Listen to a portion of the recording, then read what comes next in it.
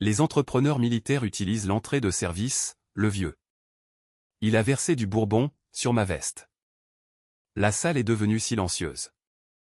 Les caméras ont tout capturé. À l'aube, l'empire familial s'effondrait.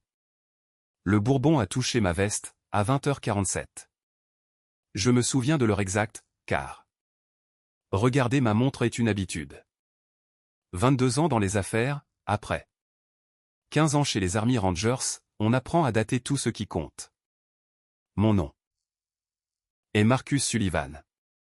J'ai 51 ans. Je dirige Sullivan Strategic Investment. Et à ce moment-là, j'étais la seule personne, dans cette salle de bal, qui pouvait autoriser le transfert de 2,4 milliards de dollars. Pas un seul centime n'avait encore été transféré. Ce détail deviendra important plus tard. Le gala de Whitfield Infrastructure était le genre d'événement qui semble impressionnant de l'extérieur, mais qui sonne creux, une fois que l'on est à l'intérieur.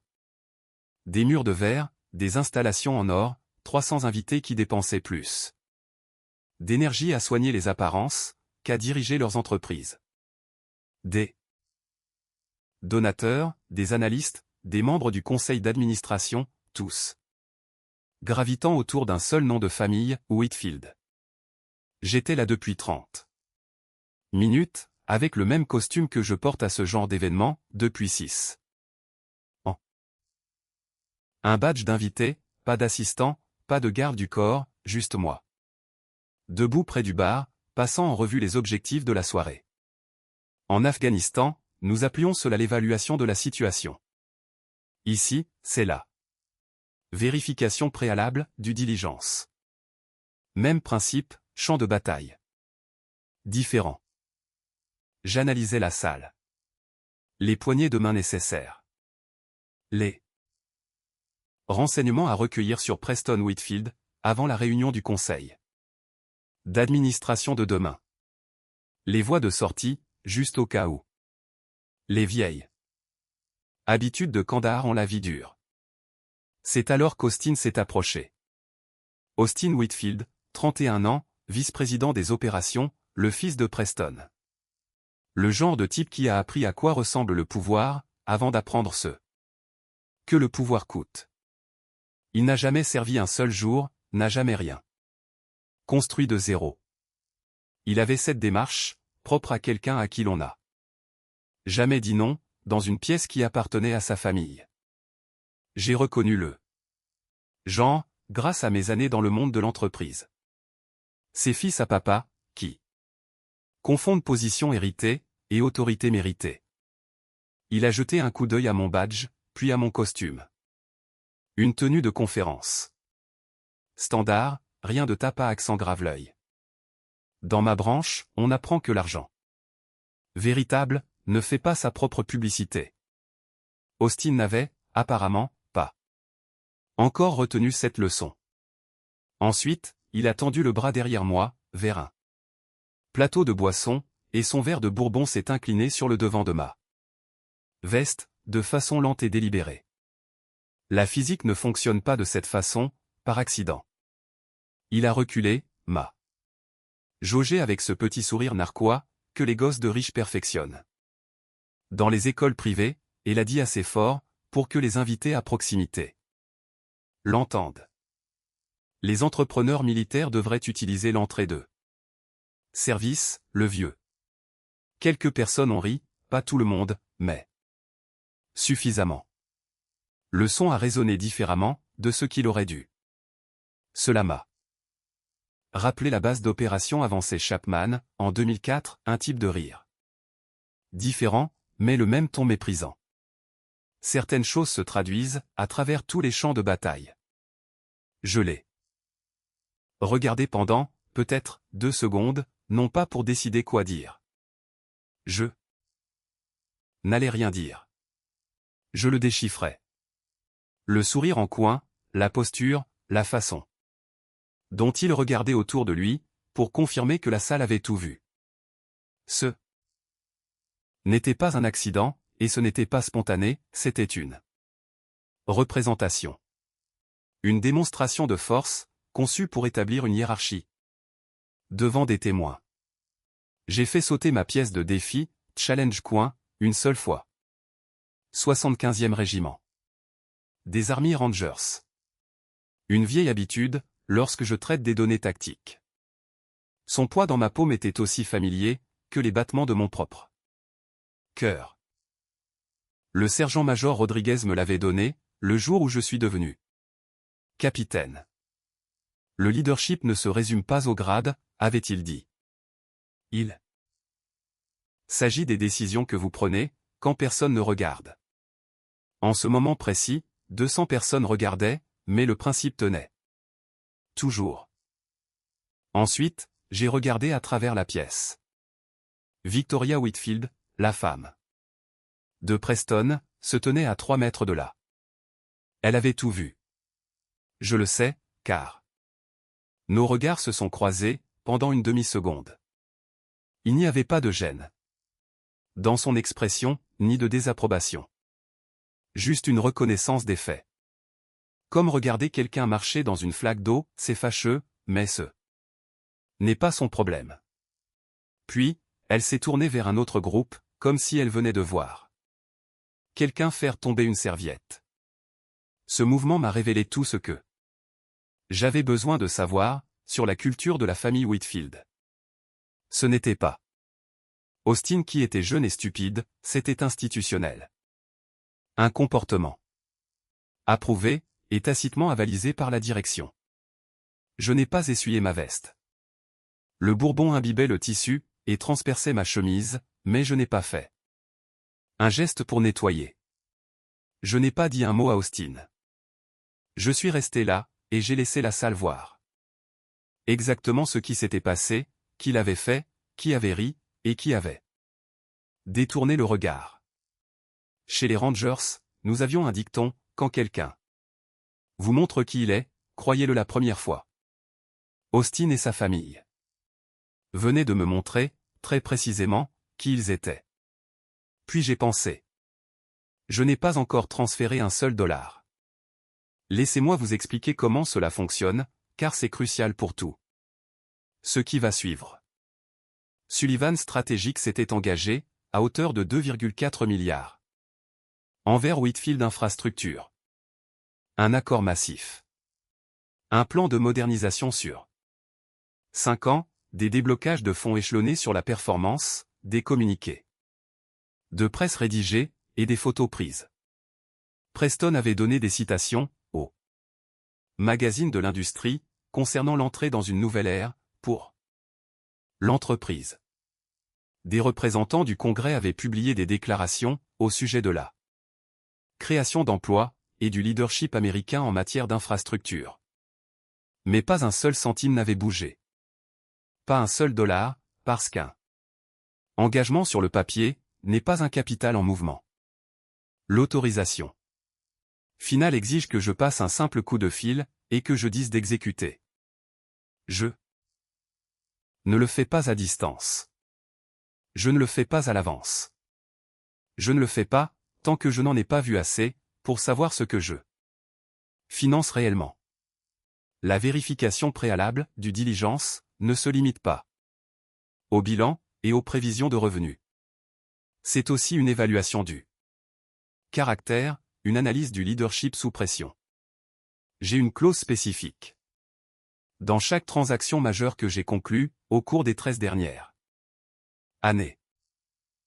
La section 14.2, tout comportement affectant la réputation lors des négociations, et nuisant à l'image matérielle de l'entreprise, déclenche des droits de retrait immédiat.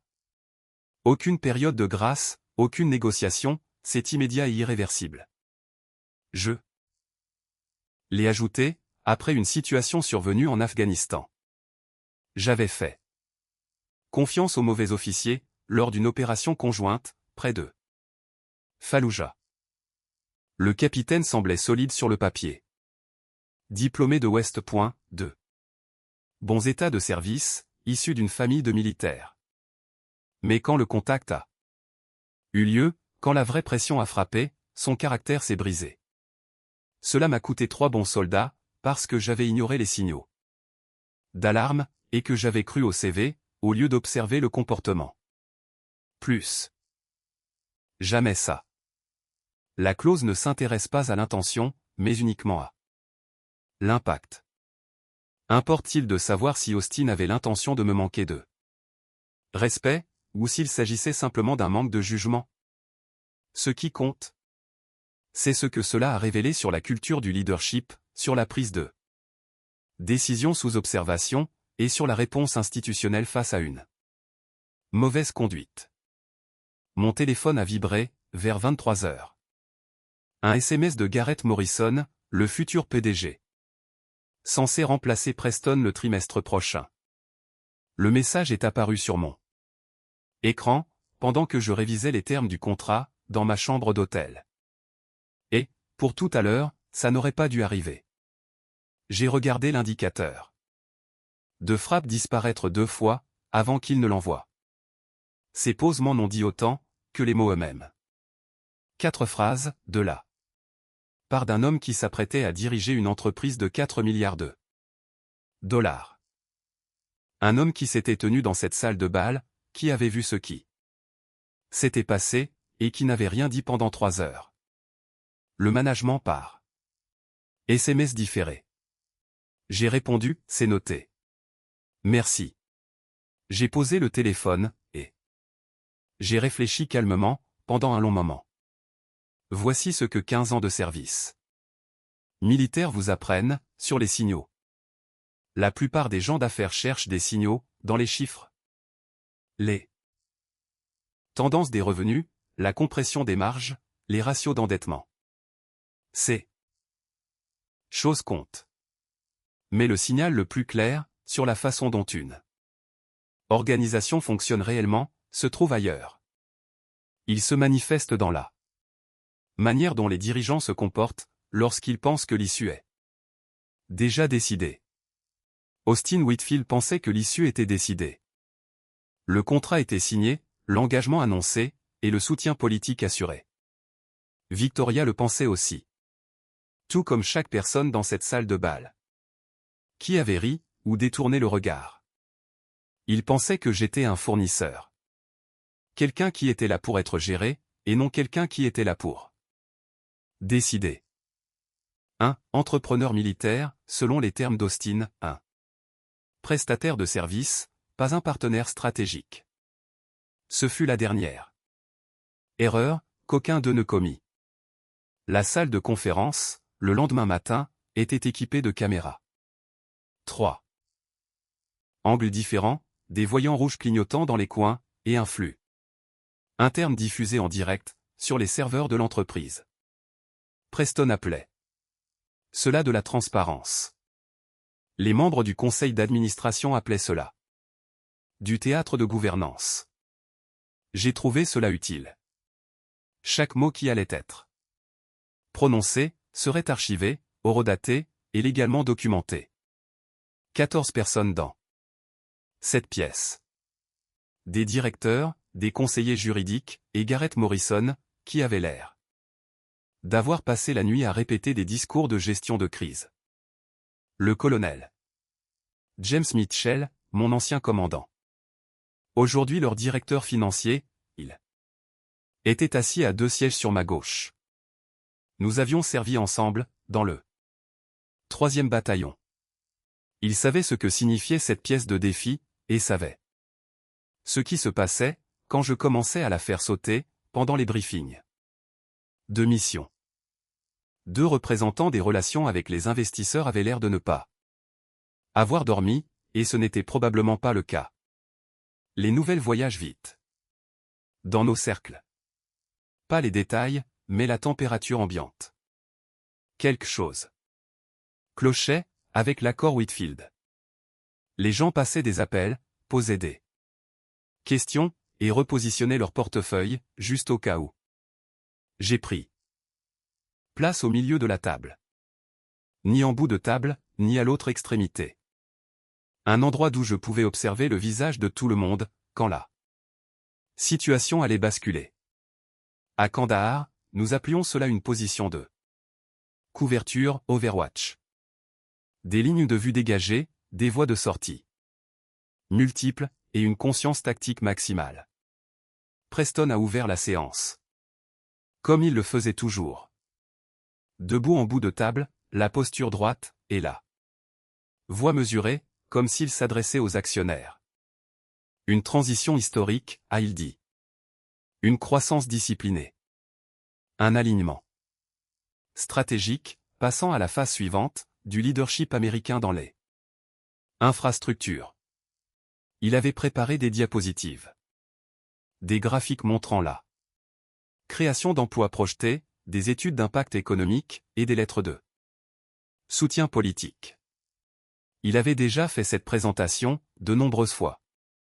On pouvait le deviner, car rien de ce qu'il disait ne l'obligeait à réfléchir tout en parlant.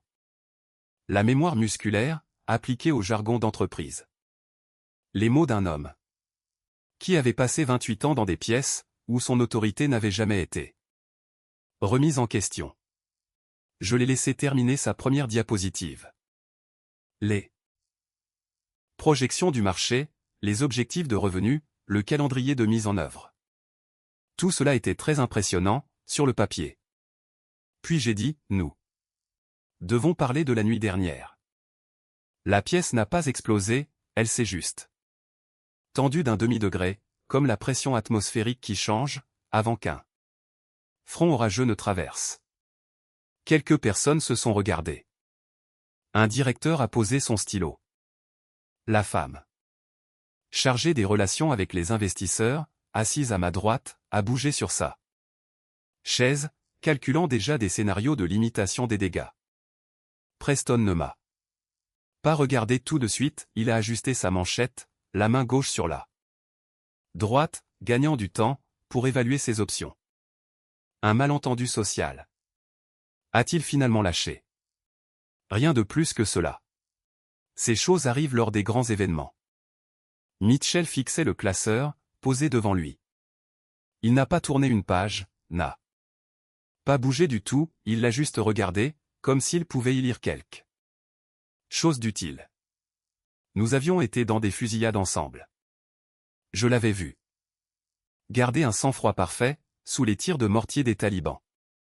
Mais la politique d'entreprise le rendait nerveux, d'une manière que le combat n'avait jamais réussi à faire.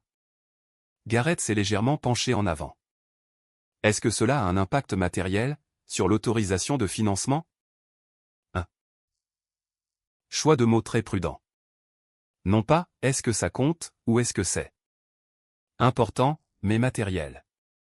Il pensait déjà comme un avocat.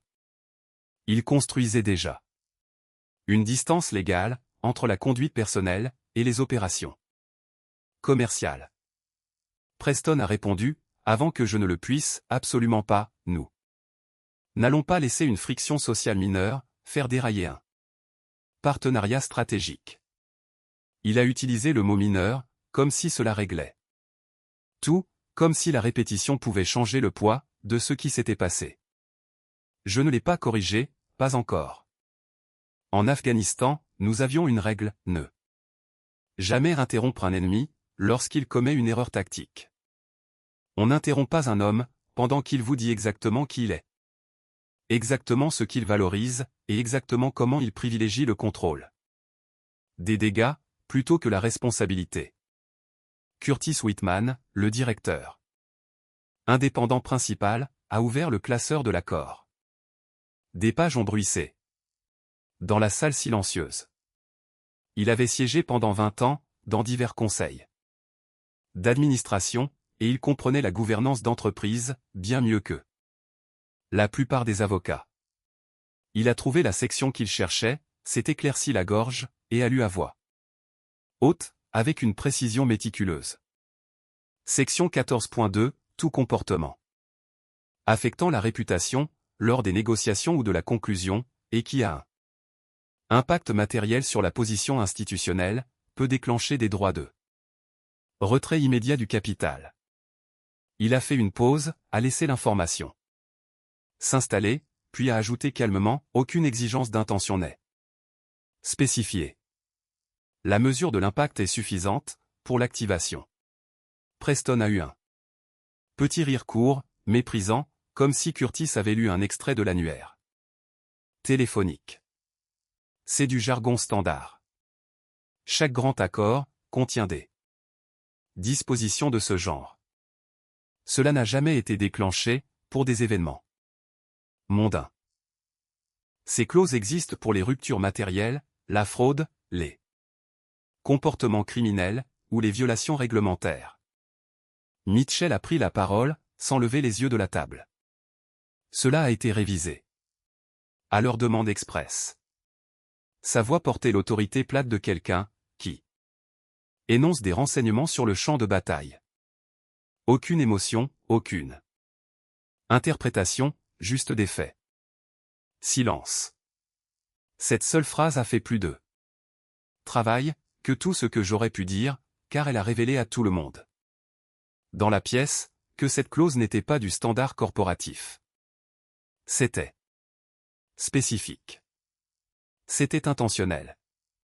Cela avait été placé là, délibérément par moi, pour exactement ce genre de situation, et Mitchell le savait, car il avait passé 2 semaines à négocier contre cette clause, avant l'approbation finale du contrat. Plusieurs têtes se sont tournées vers moi. Je n'ai pas bougé, je n'ai pas clarifié, je n'ai pas développé. J'ai laissé l'information infuser. Chez les Rangers, on appelait ça la patience tactique. Parfois, la chose la plus puissante que vous puissiez faire, c'est de ne absolument rien faire, pendant que votre adversaire traite de nouvelles informations. Preston a recalibré son discours rapidement, je lui accorde ça. Il est passé du déni à la gestion de crise, sans manquer une seconde. Écoutez, nous n'allons pas compromettre un partenariat de 2,4 milliards. Pour des raisons d'image sociale. Un seul incident, lors d'un événement de réseautage. En dehors des heures de bureau, dans un cadre informel, et sans aucune fonction officielle. Votre fils portait un badge de Whitfield.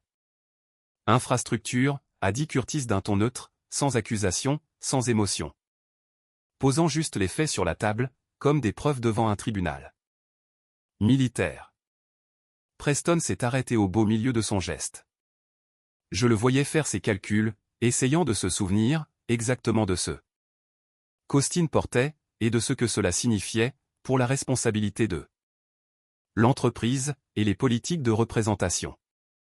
Et votre femme se trouvait à 3 membres du conseil d'administration de la, quand c'est arrivé, a ajouté Curtis. Elle avait une ligne de vue directe sur l'interaction, et une observation claire, à la fois de l'incident, et du protocole de réponse. Cette fois, Preston est resté sincèrement silencieux. Pas un silence stratégique, il digérait simplement les implications tactiques. La proximité de Victoria signifiait que cela ne s'était pas passé dans un coin, et que cela ne pouvait pas être écarté, comme un malentendu, ou une mauvaise communication. Garrett a bougé sur son siège, a ouvert la bouche, comme s'il allait dire quelque chose, puis l'a refermé, il m'a regardé, puis a regardé Preston, puis a baissé les yeux vers son bloc-notes, couvert de gribouillis, qui n'allait pas l'aider à naviguer dans cette situation. Je l'ai observé prendre une décision en temps réel, et la décision qu'il a prise a été de ne rien dire du tout. Ce silence m'a révélé tout ce que j'avais besoin de savoir, sur le style de leadership de Garrett Morrison, sa tolérance au risque, et sa loyauté institutionnelle par rapport à son intégrité personnelle. Lorsque la pression montait, lorsque la clarté morale était requise, et que quelqu'un devait se lever, et prendre position, l'instinct de Garrett, c'était la préservation de soi. Preston a continué, à utiliser le mot image, optique, 3 fois en 2 minutes. A utilisé mineur 2 fois, a utilisé disproportionné 1 fois, sans s'adresser à personne en particulier, mais c'était clairement pour moi. Il parlait avec la confiance d'un homme, qui n'avait jamais été dans une pièce où son autorité était sincèrement remise en question, et où son nom de famille ne conférait pas automatiquement le pouvoir de décision finale. Je l'ai laissé parler, parce que chaque phrase qu'il prononçait sur ce fluent direct, était archivé par les serveurs de l'entreprise et chaque phrase rendait mon prochain mouvement plus facile à justifier auprès des partenaires institutionnels, des organismes de réglementation et des analystes de l'industrie, qui allaient inévitablement examiner ces images. La pièce de défi était maintenant chaude dans ma paume, polie par 20 ans de prise de décision tactique. Il était temps d'exécuter la mission. Finalement, Garrett a posé la question que j'attendais. Il l'a posée avec précaution, presque à contre-cœur, comme un homme marchant à travers un champ de mines.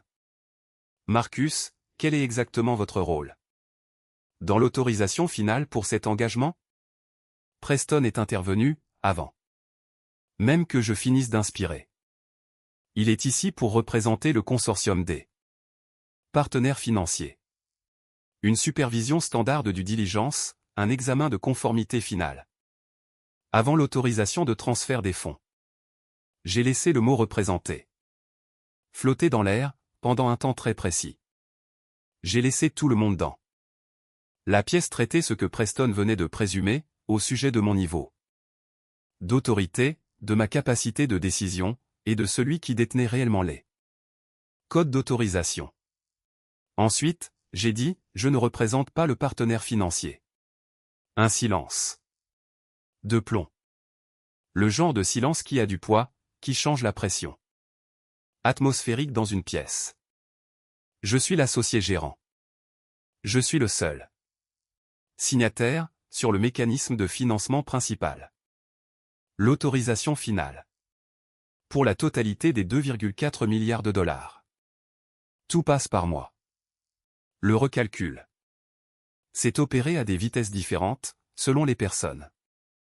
Mitchell a fermé son classeur avec un petit bruit sourd, qui a semblé plus fort qu'il n'aurait dû. Un directeur, assis 2 sièges plus loin, s'est arrêté d'attraper son café, et a laissé sa main suspendue en l'air, pendant un instant. Avant de la ramener lentement. L'une des représentantes des relations avec les investisseurs, s'est reculée sur sa chaise, comme si elle venait de réaliser qu'elle était assise à côté d'une bombe. Le visage de Garrett est passé par plusieurs expressions, en une séquence rapide. La surprise, puis le calcul, puis quelque chose qui ressemblait à de la nausée. Sa nomination imminente au poste de PDG dépendait de la clôture réussie du capital, et d'une transition en douceur. Pas de clôture, signifiait pas de transition. Pas de transition, signifiait qu'il était assis dans une salle de réunion, en train de regarder sa trajectoire de carrière, minutieusement planifiée, se désintégrer en temps réel. La mâchoire de Preston s'est crispée, puis s'est détendue avec un contrôle corporatif bien exercé. Dans ce cas, avançons de manière constructive. Nous sommes tous des professionnels ici. Nous pouvons traiter toutes les préoccupations, via les canaux appropriés, établir des protocoles de communication clairs, et veiller à ce que ce genre de malentendus ne se reproduise plus. Être constructif nécessite de la reconnaissance, ai-je répondu. On ne peut pas réparer ce que l'on refuse de voir cassé. De la reconnaissance sur quoi, exactement? La voix de Preston portait l'agressivité d'un homme qui avait épuisé ses options diplomatiques. Mon fils a fait une erreur sociale, un mauvais jugement dans un environnement de réseautage. Ces choses arrivent. Les jeunes manquent parfois de filtres sociaux appropriés. Votre fils n'a pas embarrassé un invité hier soir, ai-je dit. Il a testé une alliance. Il a testé si le respect pour le service militaire compte, dans la culture de votre entreprise, si la responsabilité s'applique aux membres de la famille, et si la direction réagit aux mauvaises conduites, ou les autorise par son silence. Cela a été reçu différemment de ce que j'attendais. Ou peut-être, exactement comme je l'avais prévu. Curtis a baissé les yeux sur la table. 2 directeurs ont échangé des regards, qui signifiaient qu'ils calculaient déjà leur propre exposition. Mitchell n'avait toujours pas bougé. Fixant toujours son classeur fermé, comme s'il contenait des renseignements. Tactique, qui pourrait aider à naviguer dans cette situation. La pièce de défi était toujours chaude dans ma paume. Ses bords étaient polis par des décennies de prise de décision, sous pression. Le sergent-major Rodriguez l'avait porté pendant 3 déploiements, avant de me la transmettre. Le leadership ne se résume pas au grade sur ton col, avait-il dit. Il s'agit des décisions que tu prends, quand tout est en jeu. Quand faire ce qui est juste coûte plus cher, que de ne rien faire. Preston a croisé ses mains sur la table, un langage corporel d'entreprise, conçu pour projeter une autorité calme. Nous n'allons pas transformer un incident social en instabilité structurelle. Cela ne se produira pas dans cette salle. Pas sous ma direction. J'ai posé mon téléphone face vers le haut, sur la table. Pas comme une menace, juste pour être clair, sur ce qui allait se passer. Dites-moi, ai-je demandé, pourquoi je devrais croire que cela ne se reproduira pas, quand les caméras seront éteintes, quand il n'y aura pas de réunion du conseil de prévu, et quand votre fils pensera que personne d'important ne le regarde. Personne n'a répondu. Le silence s'est prolongé. Assez longtemps, pour que tout le monde comprenne que ce n'était pas une question rhétorique. Je demandais sincèrement des données, des preuves, une quelconque indication qu'un changement de culture institutionnelle était possible, sous la structure de direction actuelle. Preston s'est redressé, a regardé autour de la table une fois de plus, pas pour chercher du soutien cette fois, mais pour confirmer que la salle était toujours la sienne, que ses 28 années à bâtir cette entreprise comptaient encore pour quelque chose, et que l'héritage familial portait toujours un poids institutionnel.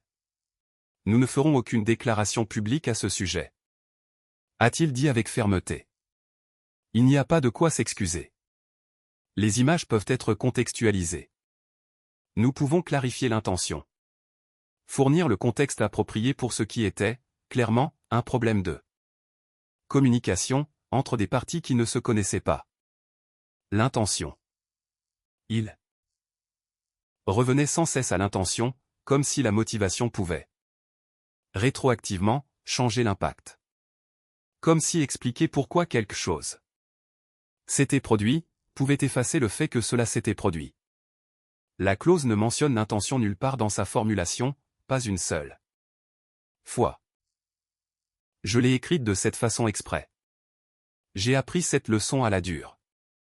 En Afghanistan, quand les bonnes intentions m'ont coûté 3 soldats. J'ai attendu 3 secondes, peut-être 4, assez longtemps pour que le silence devienne inconfortable, pour tout le monde sauf pour moi. Dans les situations de combat, on apprend que le moment le plus puissant survient souvent juste avant de passer à l'action. Quand l'ennemi sait que quelque chose est sur le point de se produire, mais ne sait pas exactement quoi.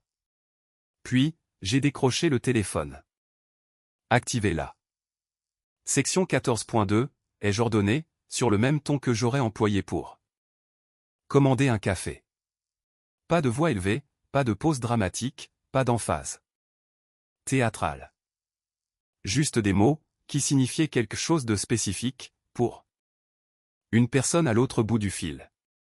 Des mots qui allaient déclencher une série d'événements juridiques et financiers, impossibles à inverser une fois initiés. Sarah Chen, mon avocate générale, a confirmé la réception sans hésitation. Nous avions travaillé ensemble pendant 12 ans, traversé des prises de contrôle hostiles, des enquêtes réglementaires, et des audiences de surveillance du Congrès. Elle connaissait ma voix, connaissait mes schémas de décision, et savait que lorsque j'utilisais ce ton, il n'y avait plus de discussion à avoir sur la motivation, ou le contexte. Avis officiel rédigé et déposé, a-t-elle annoncé. Suspension immédiate de l'engagement en capital, en vigueur dès maintenant. L'avis de retrait complet suivra dans l'heure, selon les protocoles de la section 14.2. Je prépare. Déjà la documentation, ai-je répondu. J'ai mis fin à l'appel. Pendant un instant, il ne s'est absolument rien passé. La pièce a retenu son souffle, comme. Au moment entre l'éclair et le tonnerre, tout le monde savait que l'impact arrivait, mais personne ne savait exactement quand, ni avec quelle sévérité. Puis le téléphone de Mitchell a vibré, contre la table en acajou. Un bourdonnement court, qui a semblé résonner dans le silence. Il a regardé l'écran. Son visage ne s'est pas décomposé. Mitchell était trop expérimenté pour avoir des réactions dramatiques, mais quelque chose, derrière ses yeux, est devenu très figé. Il a posé le téléphone face vers le bas, sans dire un mot. Preston l'a regardé faire, essayant de lire l'expression de Mitchell, pour obtenir des informations sur ce qui se passait. C'est juste une notification procédurale, a lancé Preston rapidement. Une suspension administrative. Temporaire. Le protocole standard. Nous allons demander au conseiller juridique de s'en occuper d'ici 1 heure. Nous réglerons cela, par les voies appropriées. Mitchell n'a pas répondu, n'a ni confirmé, ni nié l'interprétation de Preston. Il est resté assis là, avec la tranquillité silencieuse d'un homme qui a vu l'artillerie arriver, et qui savait que la meilleure réponse était de se mettre à couvert, et d'attendre la fin du barrage. Une seconde vibration, plus longue. Cette fois, Mitchell a retourné le téléphone, a lu l'écran avec une précision militaire, et l'a reposé, sans changer d'expression. Mais j'ai vu ce qui était écrit, avant qu'il ne le retourne face contre table. Avis de retrait exécuté. Transfert de fonds définitivement suspendu. C'est alors que d'autres téléphones ont commencé à sonner. Pas tous en même temps. 1. Puis 2, puis 5, puis presque tout le monde à la table, avait quelque chose qui s'allumait, ou qui vibrait, ou les deux. Des assistants qui envoyaient des questions urgentes par SMS. Des services juridiques qui appelaient, pour obtenir des éclaircissements. Les relations avec les investisseurs, qui recevaient des demandes auxquelles elles n'avaient pas de réponse préparée. Le genre de cascade de communication qui se produit, lorsque la confiance institutionnelle vacille, en temps réel. Sur l'écran mural derrière Preston, celui qui faisait défiler ses diapositives, sur les transitions historiques et la croissance stratégique, un téléscripteur boursier est apparu. Quelqu'un, dans la cabine audiovisuelle, avait changé le flux sans qu'on le lui demande, sans aucune instruction, de qui que ce soit dans la salle. Les indicateurs d'avant-bourse affichaient moins 6%. Une pause, moins 9%. Moins 12%. Personne n'a touché à la télécommande, pour revenir en arrière. Preston a regardé l'écran, puis la salle, puis directement moi. Vous n'allez pas faire s'effondrer une structure de 4 milliards de dollars, pour un incident mondain. A-t-il dit, toujours confiant, toujours certain qu'il s'agissait d'un théâtre de négociation. C'est une tactique de positionnement. J'ai déjà vu ça dans des tentatives d'OPA hostiles. Je sais à quoi ressemble. Un effet de levier. Je ne fais pas dans l'effet de levier, ai-je rétorqué. Je documente des faits, et je prends des décisions basées sur des renseignements opérationnels. Curtis a pris la parole, avant que Preston ne puisse répondre. L'avis a été exécuté, a-t-il déclaré, avec l'autorité plate de quelqu'un qui lit des informations tactiques. Ce n'est pas une position de négociation. C'est une action juridique achevée. Il s'est tourné vers le conseiller du conseil d'administration, au bout de la table. Nous devons discuter de notre exposition fiduciaire immédiate, et des implications en matière de gouvernance. Preston s'est retourné contre lui.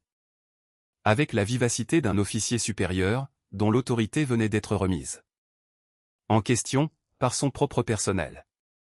Nous n'allons pas avoir cette conversation tout de suite. Pas dans cette salle, et pas devant les caméras. Nous l'avons déjà, a répliqué Curtis. Il ne haussait pas le ton, ne montrait aucune émotion, il n'en avait pas besoin. 20. En passer dans des conseils d'administration, vous apprennent à reconnaître le moment où l'autorité institutionnelle a basculé. Quand la gestion de crise devient une gestion de survie. Garrett était devenu très silencieux, fixant le téléscripteur sur le mur. Moins 14% maintenant. Sa nomination imminente au poste de PDG dépendait du succès de la clôture du capital et d'une transition en douceur de la direction. Pas de clôture signifiait pas de transition. Pas de transition signifiait qu'il se tenait dans une salle de conférence, regardant son plan de carrière. Soigneusement construit, se dissoudre en temps réel, pendant que les caméras documentaient chaque instant, pour un futur examen juridique. Preston a tenté une dernière approche tactique. Il s'est tourné directement vers moi, se penchant en avant, avec le langage corporel de quelqu'un qui fait une dernière offre raisonnable. Vous avez fait passer votre message, Marcus. Message reçu. Sortons d'ici, juste vous et moi, et trouvons une voie constructive pour avancer. Cela n'a pas besoin d'être public. Nous pouvons traiter ces préoccupations par les canaux appropriés. C'est déjà public, ai-je répondu. Le flux vidéo tourne depuis 45 minutes. Chaque mot est archivé. Il a jeté un coup d'œil au voyant rouge, dans les coins de la pièce, et quelque chose a traversé son visage. Pas de la panique. Mais ce qui s'en rapprochait le plus, depuis le début de la matinée. La réalisation que le contrôle des dégâts n'était plus possible, et que la réputation institutionnelle était en train d'être déterminée en temps réel, par des forces hors de son contrôle. Alors nous l'abordons de manière constructive, devant les caméras, a-t-il dit, se reprenant avec une gestion de crise d'entreprise bien rodée. Nous reconnaissons un problème de communication entre les parties. Nous engageons à améliorer les protocoles de communication. Nous allons de l'avant. Avec une surveillance institutionnelle appropriée. C'est à cela que ressemble un leadership responsable. Un problème de communication, ai-je répété. Votre fils a regardé mon badge, a regardé mon costume, et m'a dit que les entrepreneurs militaires devaient passer par l'entrée de service. Ensuite, il a versé sa boisson sur moi, devant 200 personnes, pendant que votre femme regardait, avant de s'éloigner sans aucun commentaire. J'ai fait une pause. Qu'est-ce qui, exactement, a été mal communiqué? La pièce est devenue très silencieuse. Preston n'a pas répondu immédiatement. Ce qu'il a fait à la place, c'est de regarder autour de la table, une fois de plus. Mais cette fois, je pense qu'il cherchait sincèrement quelqu'un, pour dire quelque chose, n'importe quoi, pour rediriger la conversation, pour intervenir. Ou pour lui donner un point d'appui, dans une situation qui lui échappait. Totalement. Personne n'a bougé. Le téléscripteur a atteint moins 16%. Curtis s'est éclairci la gorge, avec l'autorité de quelqu'un, qui avait déjà géré des crises d'entreprise auparavant. Je demande une session à huis clos. Membre du conseil d'administration uniquement. La tête de Preston s'est tournée vers lui lentement, comme une tourelle suivant une cible. Je suis le président de ce conseil d'administration. Oui, a dit Curtis doucement. Pour le moment.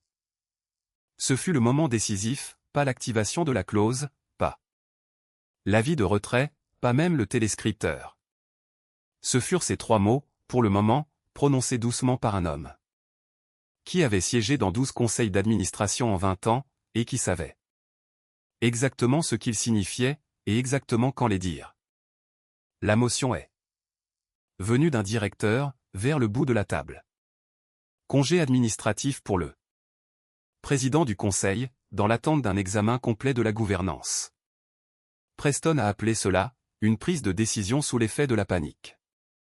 Il a utilisé le mot abus de pouvoir à 2 reprises, a rappelé à l'Assemblée. qu'il avait transformé cette entreprise d'une opération de logistique régionale en un groupe d'infrastructures de 4 milliards de dollars, au cours de 28 années de leadership dévoué. Personne n'a contesté cette réussite, ils ont voté quand même. La motion a été adoptée. Pas à l'unanimité, 2 abstentions, une dissidence, mais elle est passée, avec le poids institutionnel de la responsabilité fiduciaire, l'emportant sur la loyauté personnelle. Preston est resté assis sur sa chaise, un moment après le vote. Non pas parce qu'il refusait de partir, mais parce que je pense qu'il n'avait pas encore pleinement réalisé que la pièce avait changé sans lui. Que l'autorité avait été transférée par un processus démocratique, pendant que les caméras documentaient chaque instant, pour un examen réglementaire et juridique. Puis il s'est levé, a lissé sa veste avec une précision militaire, et est sorti. Les caméras ont tout capturé. Le marché a ouvert à 9h30. À 9h45, ce n'était plus de la spéculation. J'ai observé l'impact en temps réel, depuis une salle de conférence, 2 étages en dessous de la salle du conseil. Mitchell me l'avait discrètement proposé, après la fin de la séance.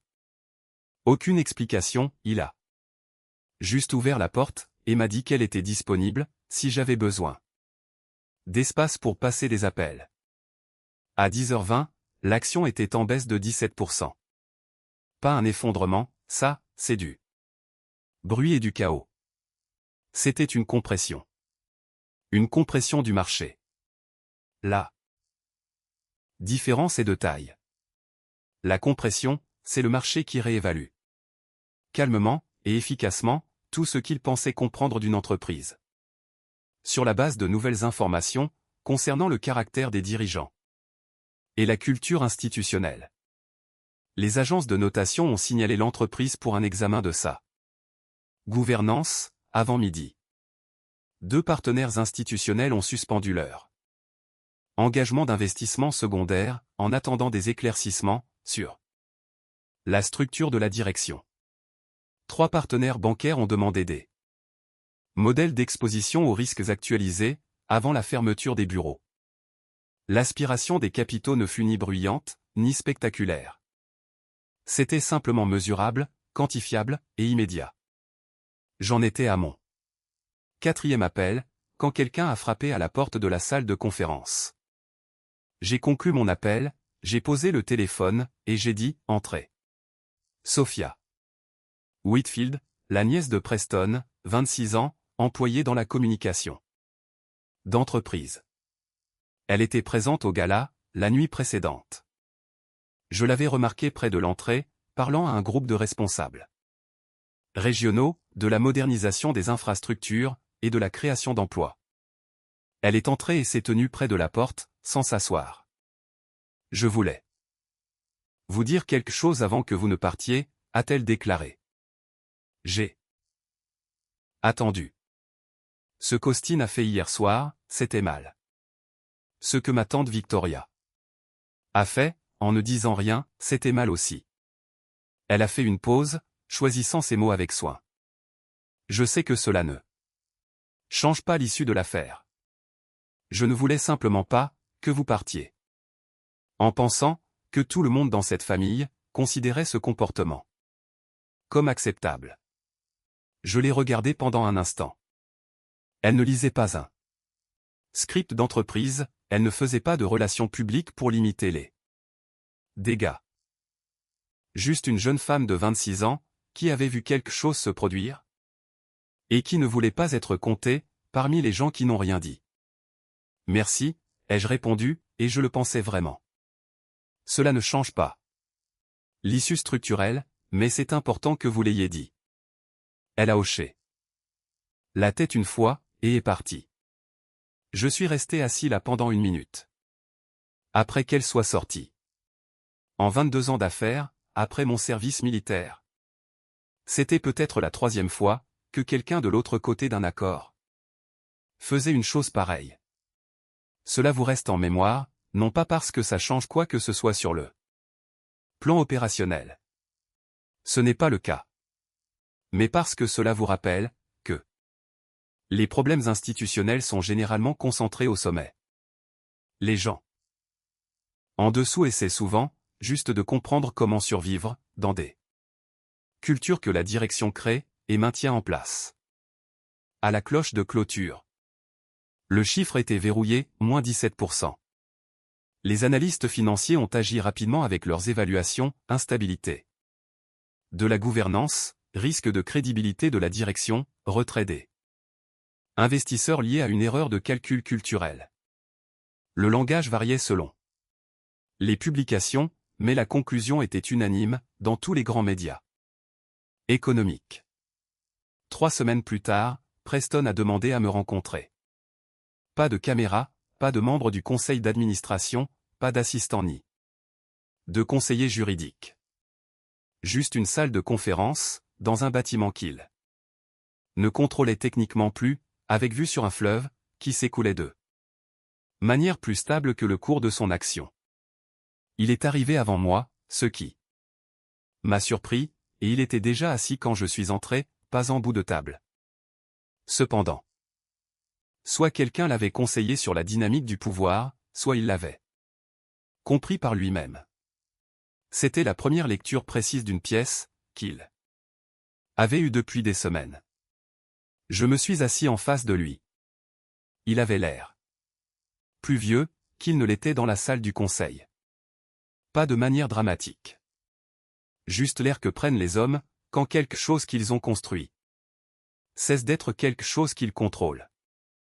Vous auriez pu me prévenir, a-t-il dit sans préambule. Je l'ai fait, ai-je répondu. Quand votre fils a versé ce verre, que vous en avez entendu parler le lendemain matin, et que vous avez qualifié cela de malentendu social, sur un flux vidéo d'entreprise en direct. Il a expiré lentement par le nez. C'était un mauvais choix de mots. C'était un choix précis. C'est bien ça le problème. Nous sommes restés silencieux un moment. Dehors, par la fenêtre, une barge se déplaçait lentement sur le fleuve, transportant des marchandises avec cette efficacité constante, qui a bâti le commerce américain. Nous l'avons tous deux regardé pendant quelques secondes. Sans le vouloir. J'ai construit cette entreprise pendant 28 ans, a-t-il dit. De la logistique régionale, à 4 milliards d'actifs d'infrastructures, j'ai créé 12 000 emplois. Ce n'est pas rien. Non, ai-je confirmé, ce n'est pas rien.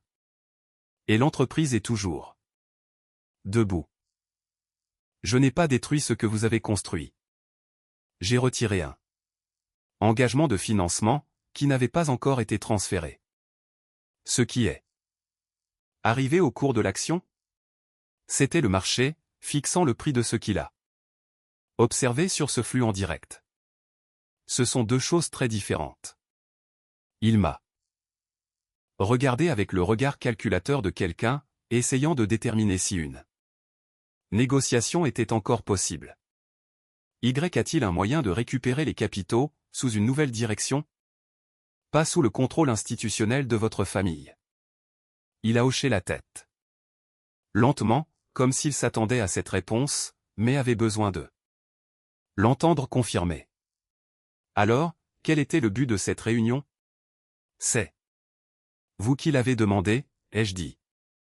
Je suis venu, parce que je pensais que vous méritiez une conversation, qui ne se déroulerait pas devant des caméras, ou des votes du conseil. Il a encaissé cela pendant un moment. Vous croyez vraiment qu'un seul incident, lors d'un événement mondain, justifiait tout ceci? Je crois qu'un seul incident a révélé tout ce que j'avais besoin de savoir, sur le caractère de l'institution, face à la pression. Le comportement d'Austin, la réaction de Victoria, votre approche de la gestion de crise, le style de leadership de Garrett. Je n'ai pas fabriqué une crise. J'en ai documenté une, qui existait déjà. Il n'a pas contesté cette évaluation. C'était un territoire nouveau pour lui. Nous sommes restés assis pendant encore une minute, sans parler. Puis nous Sommes levés tous les deux en même temps, comme le font les gens, lorsqu'une conversation a atteint sa conclusion naturelle. Pas de poignée de main, pas d'hostilité, juste la fin de quelque chose, qui avait suivi son cours, à travers les processus institutionnels et les forces du marché. Voici ce que je veux que vous compreniez, de toute cette situation. Austin Whitfield pensait qu'il rembarrait un entrepreneur militaire.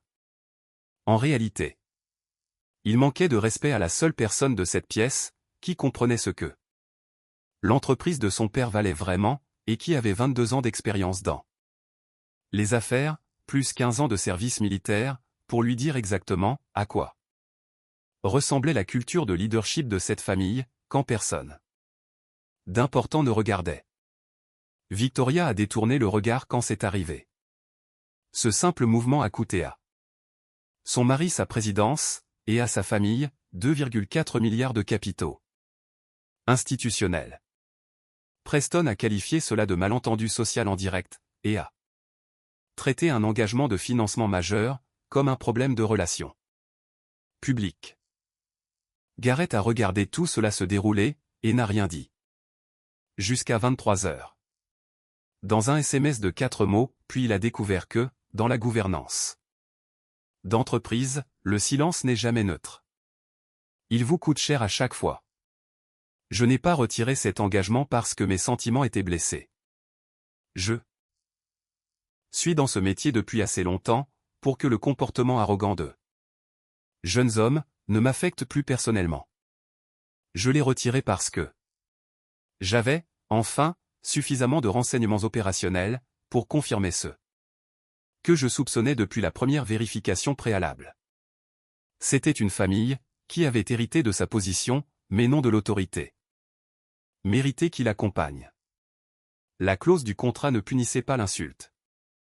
Elle imposait des normes de responsabilité qui devraient exister dans toute relation d'affaires majeure. C'est la seule différence significative entre la colère personnelle et la conséquence institutionnelle, et à la fin, c'est tout ce qui compte. La pièce de défi repose désormais sur mon bureau, à côté des rapports trimestriels et des analyses de marché. Elle me rappelle quotidiennement que le respect n'est pas quelque chose dont on hérite, grâce à un nom de famille, ou à un poste dans l'entreprise. Le respect se gagne par le service, se teste sous la pression, et se prouve par des actions cohérentes, lorsque le caractère coûte plus cher que la facilité. Austin Whitfield a appris cette leçon de la manière forte. Cela a coûté à sa famille son autorité institutionnelle, ainsi que 2,4 milliards en capital engagé. Une certaine forme d'éducation a un prix, mais c'est la seule qui crée un changement durable.